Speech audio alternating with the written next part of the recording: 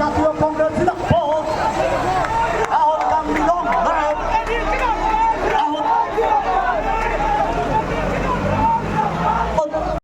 এখন পর্যন্ত 5 জনের মাথা ফাটানো হয়েছে, 3 জনের হাতে মারা হয়েছে, 2 জনের হাত ভেঙে গেছে বলে খবর।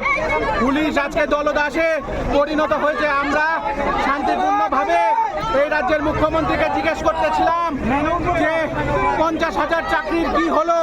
আমরা জিজ্ঞেস করতেছিলাম নেশা কারবারিরা কেন ধরা পড়ছে না, আসল রাঘব বোয়ালদেরকে কবে ধরা হবে, আমরা তা জিজ্ঞেস করতে গেছিলাম। কিন্তু ভীতু মুখ্যমন্ত্রী আমাদের প্রশ্নের সম্মুখীন হতে চায় না। উনি বেকারদেরকে আজকে রাস্তায় নামিয়ে নিয়েছে। এই রাজ্য নেশায় আগ্রস্ত হয়ে গেছে।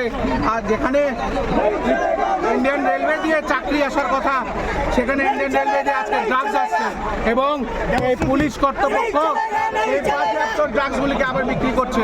আমরা তলিয়ামুড়াতে দেখেছি। এই আন্দোলন জারি থাকবে। ধর্মেন্দ্র প্রধানের ইস্তফা চায় যুব কংগ্রেস।